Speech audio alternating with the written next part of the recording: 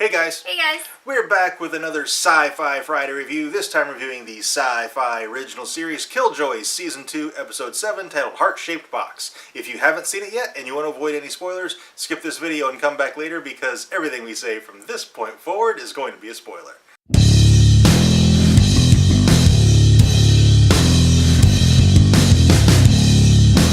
Okay, first thing I want to say, I absolutely love the music of Killjoys. Oh my god, yes. Ordinarily, I don't like contemporary music in my science fiction or fantasy. It just works for Killjoys, though, and it works really well. Even this exact same selection of music on any other sci-fi, I don't think it would work. It's Killjoys in particular that this music works for, but yeah, it's incredible. I love it. This was another relatively serious episode of Killjoys, but still loaded with humor. And it's something that Killjoys probably does better than any show on television, is balance the serious with the silly. So Sabine's still alive. We totally thought she was dead. We gave up on her last episode. Yeah. But no, she's alive, and what just happened is she's a 6 and well, sort of. Not, no. I guess technically she's Blackroot. Yeah, she's Blackroot, which kind of seems like it's the same process, and maybe it's even a 6 who's then been upgraded. I don't know. The whole thing's a little confusing. Blackroot is the police of the 6s. Yeah, so they're but it's the same process. Yeah, it's the same process.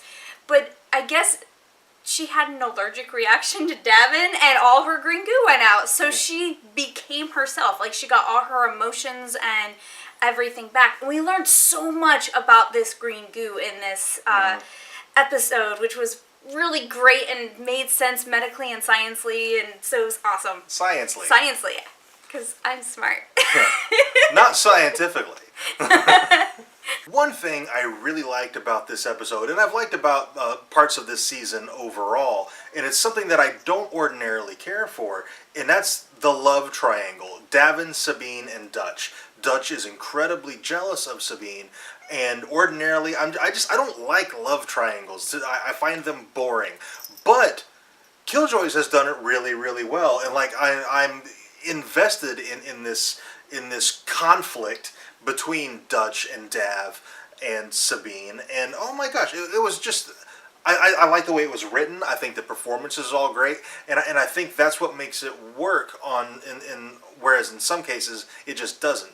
Yeah, sometimes it feels like filler, like they don't have anything better to do, so they write in a love triangle, and that wasn't the case. Like, this love triangle actually furthered the plot, and it made sense in the storyline, and that doesn't happen a whole lot. To the point where Sabine says a few times in the episode, "I hate that I like you," when she's talking to Dutch. And so yeah, there's this rivalry, and there is a certain level of animosity, especially on Dutch's side, but at the end of the episode, Dutch does kind of have a bit of mercy for Sabine. Yeah. Where, yeah, I mean, maybe she killed Sabine. It's kind of ambiguous as to whether or not Sabine's actually dead.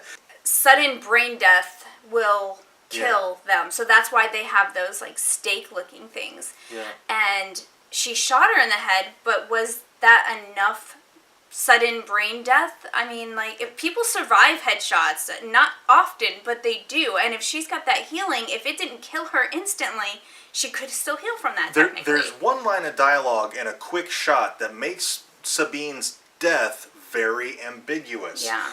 We see the Blackroot or the 6s or whoever that is dragging her body off, and Davin asks Dutch if Dutch stayed with her after she killed her, and she didn't. Yeah. So that is intentionally opening it up for maybe Sabine comes back as a full Blackroot without her emotions, and maybe Davin is going to have to make a hard choice in the future. Yeah.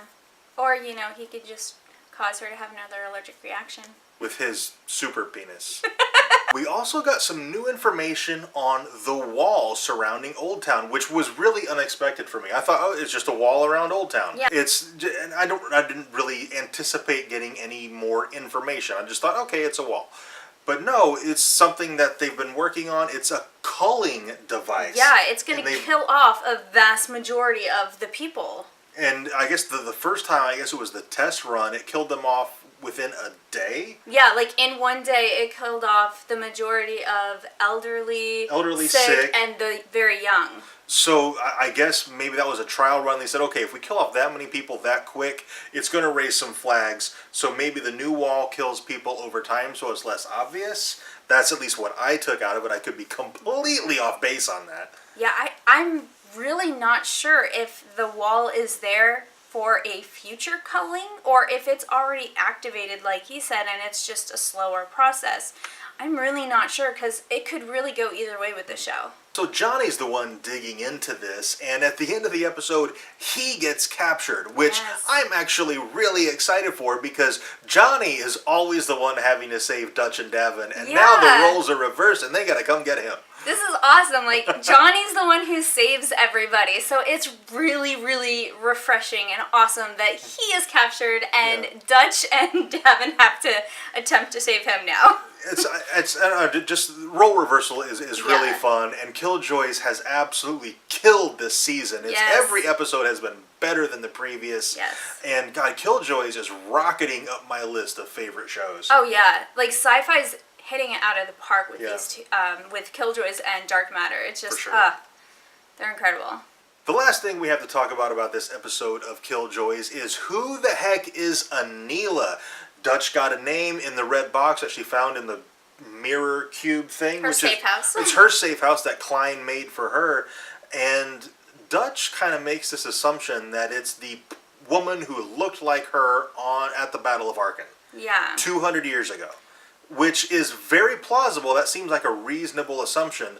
But I have a feeling that that's a bit of a bait and switch. I think, seems too obvious. Yeah, I think that the reason we got that line of dialogue is to make us think that's who it is, and it'll end up being somebody else. Yeah. But again, we could be completely wrong about that, and Dutch will be effectively hunting herself in a way, which could be really, really fun too. Yeah, which is, like, what does that make her? Is she a clone of this woman? Or Sisters, is it like we had, or one of us had said in that episode that maybe that's just how Davin interpreted the memory was putting Dutch's face on this person. Maybe he was projecting her face on it. Maybe I thought maybe it was reincarnation. I thought maybe Dutch is the reincarnation of the one, the Scarback who came back from the battle. That's what I thought. Maybe it's they're going to go with a reincarnation.